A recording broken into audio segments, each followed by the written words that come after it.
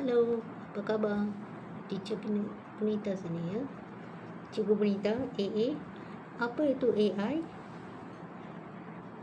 Anda tahu apa itu AI di dunia moden ini? Okey.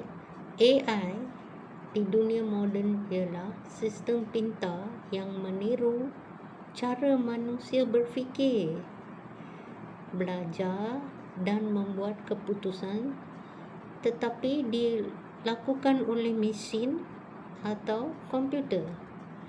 Okey.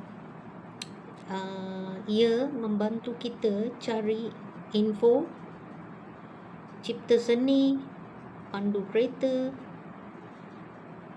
Okey, pandu kereta sendiri malah jawab soalan macam manusia. Contoh AI seperti Google Assistant, ChatGPT, kamera telefon pintar. Okey, semua ni adalah ciptaan yang moden ya. So kita boleh dapat informasi yang cepat. So ini adalah satu ciptaan yang sangat canggih so di dunia moden ini. Okey, dapat sesuatu, kalau ya tolong tekan butang-butang sebelah